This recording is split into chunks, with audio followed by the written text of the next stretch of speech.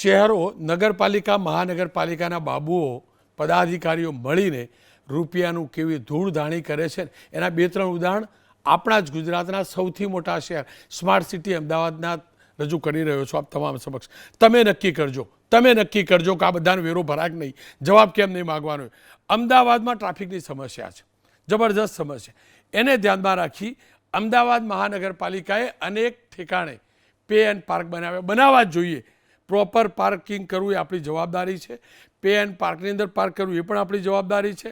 પણ pay and park કંઈ વિચાર્યા સિવાય કેવી રીતે બની ગયા, કેવી રીતે રૂપિયાનું ધૂળધાણી થયું ને તે પહેલાં જ નગરનું પાર્કિંગ જોઈ લો. 2 દ્રશ્યો હતા ને એમાં પહેલાં જ નગર જોઈ લો. એસજી હાઈવેથી માત્ર 500 મીટરથી 1 કિલોમીટર દૂર આવેલો પહેલાં જ નગર ગાર્ડનની બાજુમાં ભવ્ય દિવ્ય ક્લાસ મલ્ટી લેવલ પાર્કિંગ કમ કોમર્શિયલ કોમ્પ્લેક્સ બનાવ્યું. જમીન સિવાયની વાત કરીએ તો 93 કરોડ રૂપિયાનો ખર્ચો થયો. 4 વાર અહીંયા હરાજી થઈ, કોઈ ખરીદદાર મળ્યો નહીં. પાર્કિંગ બંધ કરવામાં આવશે અને હવે દરખાસ્ત મૂકવામાં આવી છે જે આવતીકાલે રજૂ થશે. દરખાસ્ત એ છે કે આને આખું બિલ્ડિંગ વેચી મારવું છે. જેને લેવું હોય આવી જજો. 6,902 ચોરસ ફૂટમાં પ્લોટ સહિત સમગ્ર કોમ્પ્લેક્સને વેચવાનો દરખાસ્ત કાલે આવવાની છે. નવી આધાર કિંમત જમીન સાથેની કિંમત 367 રૂપિયા નક્કી કરવામાં આવી છે. 274 કરોડ રૂપિયા જમીન અને 93 કરોડ રૂપિયા બાંધકામ ખર્ચા માટે છે. આવતીકાલે સ્ટેન્ડિંગ કમિટીમાં દરખાસ્ત મૂકવામાં આવશે. મારો સવાલ મારી મહાનગરપાલિકાના એ હોશિયાર સ્માર્ટ ઇજનેર અધિકારીઓને છે. આ બધી પીએમસી પ્રોજેક્ટ મેનેજમેન્ટ કંપનીઓ, ડિઝાઇનરો, એન્જિનિયરો આ બધા છે શાના માટે ભાઈ? પહેલાં સર્વે કરતા નથી પાર્કિંગ ત્યાં આગળ બનાવવાનું નક્કી કરતા પહેલાં? મન ફાવે એટલે પાર્કિંગ વિચારો તો ખરા, પાર્કિંગ બને કે ના બને તો ત્યાં આગળ લોકો પાર્ક કરે કે ન કરે, અને પાર્ક કરે એવી વ્યવસ્થા કરવાની જવાબદારી કરીએ. આરટીઓ સાથે સંકલન કરીએ. એની બાજુની જ ગલીમાં દુનિયાભરના રોડ ઉપર વાહનો જોવા મળે છે, ત્યાં કોઈ પાર્ક કેમ કરવા નહીં જતું? આરટીઓ ટ્રાફિક કેમ પગલાં નથી લેતું? આ બધી વ્યવસ્થાના બધું કરવાની જવાબદારી એએમસીની છે. એએમસીએ નથી કર્યું એટલે જે પાર્કિંગ વેચવાનો વારો આવ્યો છે 2 વર્ષ પછી. એનું વ્યાજ ગણી લેજો. જ્યારથી બનતું હતું ત્યારથી ખબર પડશે કયો બિલ્ડર કમાયો, કયો કોન્ટ્રાક્ટર કમાયો, અને હવે પ્રોજેક્ટ કોણ લઈ જશે ને કયા અધિકારીઓ શું મળ્યું. આ એકમાત્ર પ્રોજેક્ટ નથી.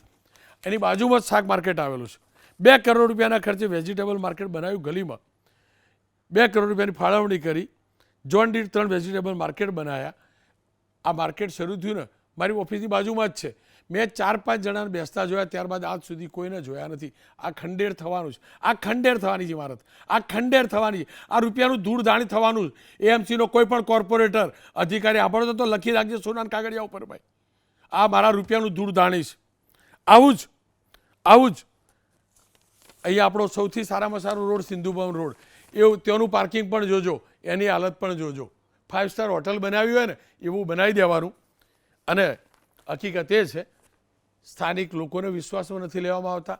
હું તો એ પણ પૂછવા માગું, સ્થાનિક ધારાસભ્યને પૂછ્યું હતું ખરું કે સાહેબ અહીંયા પાર્કિંગ બનાવાય કે નહીં? બનાવ્યું તો એનો અમલ કેવી રીતે કરાવો? પાર્ક થાય કે ન થાય? પેલું શાકભાજીનું માર્કેટ ગલીમાં બનાવી દીધું, એનો કેવી રીતે ઉપયોગ થાય? આખો કોમર્શિયલ વિસ્તાર ત્યાં શાક માર્કેટ બની ગયા. આખો આ આનંદનગરનો વિસ્તાર ગાર્ડનની આ બાજુનો 90% કોમર્શિયલ છે. આગળ કોર્પોરેટ રોડ છે. ખેર કોર્પોરેશન છે ભાઈ, કોના બાપની દિવાળી? અમે સ્ટેન્ડિંગ કમિટીના ચેરમેન સાહેબને પૂછ્યું હતું, એમને શું કહ્યું પહેલાં એ જોઈ લઈએ. શરૂઆતમાં કોર્પોરેશનની પોલિસી પ્રમાણે સિંગલ બિડર એટલે કે એક ઓફિસ અથવા તો એક શોપ લેવા માટેના ટેન્ડર કરવામાં આવ્યા હતા, પરંતુ તેમાં સફળતા નથી મળી.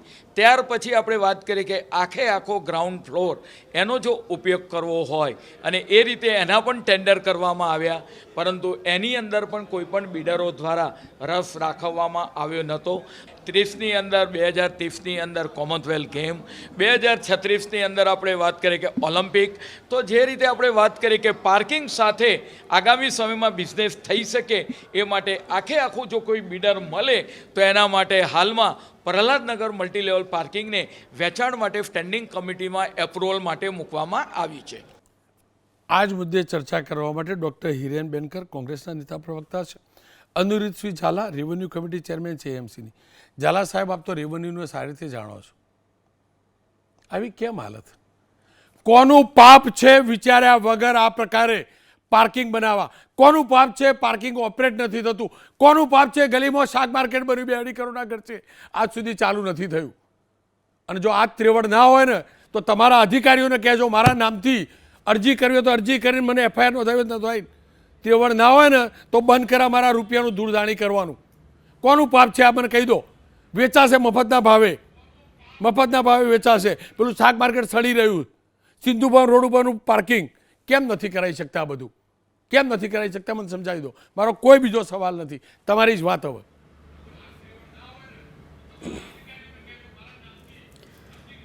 રોનકભાઈ, મારે આપના માધ્યમથી જણાવવું છે કે આ મહાનગર 192 ચોરસ કિલોમીટરની જગ્યા જે 492 ચોરસ કિલોમીટરનો એરિયાવાળું મહાનગર થઈ ગયું. અને આપે જ જણાવ્યું એમ ટ્રાફિકની સમસ્યા આ મહાનગરના માથાનો દુખાવો આવનારા સમયમાં વધારે આક્રમકતાથી થવાનો. એવા સંજોગોમાં સ્વાભાવિક રીતે આ નિર્ણય લેવો પડે કે પાર્કિંગની સુવિધાઓ વધારવી પડે અને એની સાથે સાથે પબ્લિક ટ્રાન્સપોર્ટેશન પણ વધે એટલે પર્સનલ ગાડીઓનો વપરાશ પણ ઘટે. એ દિશામાં સામૂહિક આખો પ્રયાસ કરી અને મહાનગરને ટ્રાફિક મુક્ત કરી શકાય એવા આશય સાથે આ શરૂ કરેલો આખો પ્રોજેક્ટ. અને હું તો આપણા માધ્યમથી એ પણ કહીશ કે ચોક્કસપણે આ parking plot, multilevel parking plot સરસ રીતે ચાલવો જોઈએ, પરંતુ આપણી ક્યાંક સિવિક સેન્સ પણ આની માટે આપણા માધ્યમથી આ વિષય આપણે જ્યારે લીધો છે તો મને આનંદ એ વાતનો છે કે આખું મહાનગર જ્યારે જુએ છે તો આપણે પણ આડેધડ પાર્કિંગ નહીં કરીને પાર્કિંગની જ જગ્યાએ, નિર્ધારિત જગ્યાએ પાર્કિંગ કરવાથી આ સમસ્યામાંથી પણ નિદાન મળશે. પરંતુ જ્યારે આ નથી થઈ શકતું અને આ પ્રોજેક્ટ કોઈ રીતે આપણે સારી રીતે રન ન થઈ શક્યો, આશય ખૂબ સારો હતો પરંતુ ન થઈ શક્યો, માટે આ પ્રકારે પણ એક વિચાર કરી અને આ સ્ટેન્ડિંગ કમિટીમાં નિર્ણય લેવા માટે જઈ રહ્યા છે. આ પેલું શાક માર્કેટ પણ બાજુમાં છે અને આપે કહ્યું ને મને ખબર નહીં પડતી, મારે સમજવું એ નથી. સિવિક સેન્સ નથી તો છે ને ટ્રાફિક પોલીસ તો કરી જાય ને, ગાડી કરી જાય ને, કરે જ છે ને, બરાબર. સિવિક સેન્સ અમે શીખીશું, નાગરિકે શીખવી જ પડશે, નાગરિકે શીખવી જ પડશે, પણ નાગરિકનો રૂપિયો પરફેક્ટ વપરાય ને એ જોવાની જવાબદારી તમારા કોર્પોરેશનના અધિકારીઓની છે. એ સર્વે કરો, સર્ચ કરો. શાક માર્કેટ ગલીમાં મૂક્યું છે, તમારા ધારાસભ્યને પૂછી લેજો એ ત્યાં શાક માર્કેટ ચાલે કે ના ચાલે. મન ફાવે એટલે બનાવી દેવાનું.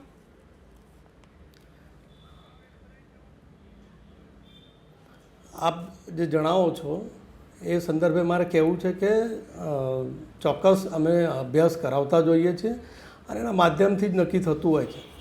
તેમ છતાં જ્યારે એનો બહોળો ઉપયોગ ન થાય, એનો આવકાર નથી મળતો અને રોડ ઉપર ઊભી રહેતી લારીઓ એમાં લઈ અને નીકળી જવું, એના કારણે એ આ બધી સમસ્યા ઊભી થતી હોય છે. પણ અમારા પ્રયાસ ચાલુ છે અને જ્યાં જ્યાં અમે શાક માર્કેટ બનાવ્યા છે તેનો મહત્તમ ઉપયોગ થાય એની માટે જનજાગરણ પણ કરીશું, લોકો સુધી આ વિષય લઈશું અને તેને સફળ બનાવવાનો પ્રયાસ પણ કરીશું. ઝાલા સાહેબ, આપનો ખૂબ ખૂબ આભાર. ચૂંટણીનું વર્ષ છે, અધિકારીઓને કહેજો. શાસક પક્ષના તો કોર્પોરેટર બહુ નથી એટલે એમને અમે ઈચ્છીશું તો એ પૂછવા માટે અમારી જોડે સવાલ નહીં હોય. બહુ બધા સવાલ આવા ઊભા થવાના. ફરીથી કહો, અધિકારીઓને કહેજો. આપ તો રેવન્યુ વિભાગથી છો ને સાહેબ, કહેજો રૂપિયો ઝાડ ઉપર નહીં ઉગતો, આટલું કહી દેજો ખાલી. આપનો ખૂબ ખૂબ આભાર. હિરેનભાઈ મારી સાથે જોડાયા. હિરેનભાઈ, તમારો પક્ષ પણ ફરીથી કહું, જેટલા પણ તમારા વધ્યા ઘટા કોર્પોરેટર હોય, અમારા મુદ્દા ઉઠાવવામાં સદંતર નિષ્ફળ છે ને એટલે આ સ્થિતિ છે.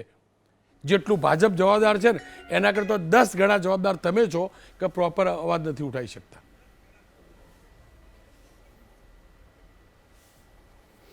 રોનકભાઈ, આપના માધ્યમથી ચોક્કસપણે કહેવા માંગીશ કે વારંવાર રજૂઆત કરવા છતાં ભારતીય જનતા પાર્ટી શાસિત અમદાવાદ મ્યુનિસિપલ કોર્પોરેશનમાં નગરોળ તંત્ર એક પછી એક એવા પ્રોજેક્ટો લાવે જે ખરેખર લોકોને સુવિધા આપવાની જગ્યાએ એ નુકસાન કરતું હોય અને તકલીફમાં આપતું હોય. અને એટલા એન્જિનિયરો અદ્ભુત છે આપણા, જેના નમૂના આપણા અમદાવાદ શહેરમાં, માત્ર અમદાવાદ શહેરમાં એટલા બધા અદ્ભુત જોયા છે. એ બોપલનો બ્રિજ હોય કે જ્યાં ચડીએ અને બીજા એન્ડ પર રસ્તો બંધ થઈ જાય. એ હાટકેશ્વરનો બ્રિજ હોય કે ચાલુ થયા પહેલાં જ આપણે તોડી દેવા માંડ આવે. 40 કરોડનો એ આખો બ્રિજ બન્યો છે, એ રૂપિયા પાણીમાં ગયા. અત્યારે જે પ્રકારની વાત કરવામાં 100 કરોડથી વધારેનો આ બનેલી વસ્તુઓ એ અત્યારે પાણીમાં જશે અને એ વસ્તુ તમારા ને મારા ખિસ્સામાંથી બનેલા રૂપિયાની વાત છે. એ દરખાસ્ત જ્યારે મૂકવામાં આવી 2024માં ત્યારે એ વસ્તુ યાદ કરવામાં નહીં આવ્યું કે આ પ્રોજેક્ટ કેવો ચાલશે, શું ચાલશે. અને આની વાયબિલિટી શું છે, આ ફિઝિબિલિટી શું છે? આ ફિઝિબિલિટી વગરના રિપોર્ટો એ માત્ર ને માત્ર કમલમમાં કોન્ટ્રાક્ટરોને અને ભાગીદારોને કમિશન આપવા માટેના પ્રોજેક્ટો ચાલુ થયા છે. આના માટે ઘણી વખત આપણે ડિબેટોમાં પણ રજૂઆત કરી કે સ્થાનિકોને પૂછ્યા વગર બ્રિજ પાસ કરી દેવાનો, ત્યાં રોડ પાસ કરી દેવાનો, ત્યાં વેજીટેબલ શાક માર્કેટ આપી દેવાનું, ત્યાં સ્થાનિકોને જરા પણ એમને વિશ્વાસમાં લેવાના નહીં કે તેમને શું જોઈએ છે. એના બદલે માત્ર ને માત્ર પોતાના કમિશનરોને ફાઇલો પર સાઇન થઈને પ્રોજેક્ટ પૂરો થઈ જાય. 15,000 કરોડનો અમદાવાદનો મ્યુનિસિપલ કોર્પોરેશનનો વહીવટ છે. ના નીરસતા, નિષ્ક્રિયતા, ના નીતિ, ના નિયત, આ તમામના કારણે આજે ખરેખર તમારા ને મારા પર ટેક્સનો બોજો વધી રહ્યો છે. સુવિધા મળતી નથી. સુવિધાના નામે જ્યારે જોવા જઈએ તો ભૂવા, રોડ રસ્તા, ખાડા, પાર્કિંગ, આ તમામ વસ્તુ એ અમદાવાદ મ્યુનિસિપલ કોર્પોરેશનની ડિક્શનરીમાં તો નીકળી જ ગયા છે. આવા શબ્દો તો એમના ક્યાં છે જ નહીં. એમનામાં તો કમલમ ને કોન્ટ્રાક્ટ ને કમિશન ને ભાગીદારી આ જ જોવા મળે. અંતે તમારે ને મારે સફર કરવું પડે. તમામ વખતે જ્યારે આ વસ્તુઓ સ્ટેન્ડિંગ કમિટીમાં ઉઠાવવામાં આવે ત્યારે ત્યાં સ્ટેન્ડિંગ કમિટી તરત જ એ પિલ્લું લપેટી દેવાનું, એને બંધ કરી દેવાની, ત્યાં હોવાપો કરી દેવાનો અને વારંવાર રજૂ કર તમે આના તમારા જ માધ્યમથી આ જ કેમેરાના આંખેથી એમના થયેલા ભ્રષ્ટાચાર, તે સફેદાદી જે કહી રહ્યા છે એ સફેદાદી નથી, આ સફેદ ભ્રષ્ટાચાર છે. એ ગુજરાતના અને અમદાવાદના લોકોની આંખોમાં સીધી ધૂળ આપીને આ લૂંટ થઈ રહી છે. વારંવાર રજૂઆત કરવા છતાં પણ ખરેખર સરકારના પેટના પાણી નથી હલતું. એ બ્રિજ હોય, એ પુલ હોય, એ બગીચા હોય, સ્મશાન હોય, લાઇબ્રેરી હોય કે પ્લોટ હોય, આ તમામ વસ્તુઓ મળતિયા લોકોને ખાનગીકરણને આપી દેવાના, થોડા નજીવા ભાવે આપવાનું અને પછી ત્યાં જોવા જાઓ ત્યારે આપણને ખબર પડે કે તે જે વ્યક્તિ લઈ ગયો તો એ નાના નાના લોકોને આપીને કરોડો રૂપિયા કમાઈ રહ્યો છે, લાખો રૂપિયા કમાઈ રહ્યો છે, ત્યાં પોતાના ખિસ્સા ભરી રહ્યો છે. સરકારમાં બેઠેલા સત્તાધીશો, ખાસ કરીને અમદાવાદ મ્યુનિસિપલ કોર્પોરેશન સત્તાધીશો, આ પ્રકારના બકવાસ પ્રોજેક્ટોની થકી તમારા ને મારા રૂપિયાનો વેડફાળ કરી રહ્યા છે. અંતે કશું નથી મળતું. જે ખરેખર સુવિધા મળવી જોઈએ, બેઝિક સુવિધા મળવી જોઈએ, એ મળતી નથી. રહી વાત મલ્ટીલેવલ પાર્કિંગની, મલ્ટીલેવલ પાર્કિંગને આજે કાલે ફ્રી કરી નાખો, એમાં 5 રૂપિયા 10 રૂપિયા જેવો નજીવો ભાવ રાખો, કાલથી ફૂલ થવાનું ના થાય તો આપણે તમે ફરીથી ડિબેટ કરજો. વાત એ છે કે ખરેખર સરકારને એ નિયત નથી ને નીતિ નથી, અને એના જ કારણે આ ખરેખર આપણે તમારે મારે ભોગવવું પડી રહ્યું છે. સમયનો અભાવ છે હિરેનભાઈ, હું ફરીથી કહું છું, એકલું અમદાવાદ કોર્પોરેશન નહીં, તમારા શહેરમાં પણ આવ્યું છે, મહાનગરમાં પણ આવું છે. સિવિક સેન્સ આપણી હોવી જોઈએ, પાર્કિંગ પ્રોપર કરવું જોઈએ, આપણને સુવિધા મળે છે એને આપણે જાળવવી પણ જોઈએ, કોર્પોરેશનને કાર્યો કરવા પણ જોઈએ, પાર્કિંગો બનવા પણ જોઈએ, શાક માર્કેટ પણ બનવા જોઈએ. પણ હાથ જોડીને વિનંતી છે, એનો ફિઝિબિલિટી રિપોર્ટ, વાયબિલિટી રિપોર્ટ જે પણ હોય ને, એન્જિનિયરો એના માટે જ રાખ્યા. પેલી કરોડો રૂપિયા ખર્ચીને એજન્સીઓ એના માટે જ રાખેલી. કરાવો ને બધું. ફરીથી કહું છું, પ્રોજેક્ટ નાગરિકો માટે હોય, કોઈ વ્યક્તિ વિશેષ માટે નહીં. કન્સ્ટ્રક્શન પ્રોજેક્ટ માટે હોય, કોઈ કોન્ટ્રાક્ટર માટે નહીં. નાગરિકોને સમજો, જનપ્રતિનિધિનો વ્યૂ લો, એ સિવાય તમે જે આડેધડ અદાણ કરો છો ને એટલે તોડવાનો વારો આવે છે, એટલે આવી રીતે વેચવાનો વારો આવે છે. તમારું અધિકારીનું ઘર કોઈ દાળ ખોટી જગ્યાએ બન્યું નહીં, બનતું ને બસ નહીં વાપરતા ને, એક દિવાલ એક ગોખલો પણ ખોટો નહીં બનાવતા તમે, તો આખું પાર્કિંગ ખોટું બનાવી દો અને નથી ચાલતું. વિચારજો. આત્મા હોય, પવિત્રતા હોય તો અધિકારીઓ વિચારજો. બહુ મહેનત કરીએ છીએ, બહુ પરસેવો પાડીએ છીએ, થોડા ઘણા બચાવીએ છીએ, ટેક્સ ભરીએ છીએ, ભરતા રહીશું, પણ રૂપિયો ઝાડ ઉપર નથી ઉગતો એટલું મગજમાં રાખજો. નહીંતર ક્યાં પાર્ક થઈ જશો ને આવી નીતિથી ખબર નહીં પડે. મારું આ અમદાવાદ કેમ ગીચ થઈ ગયું છે, કેમ ટ્રાફિકવાળું થઈ ગયું છે ને, એ ખુદ કોર્પોરેશન વિચારે.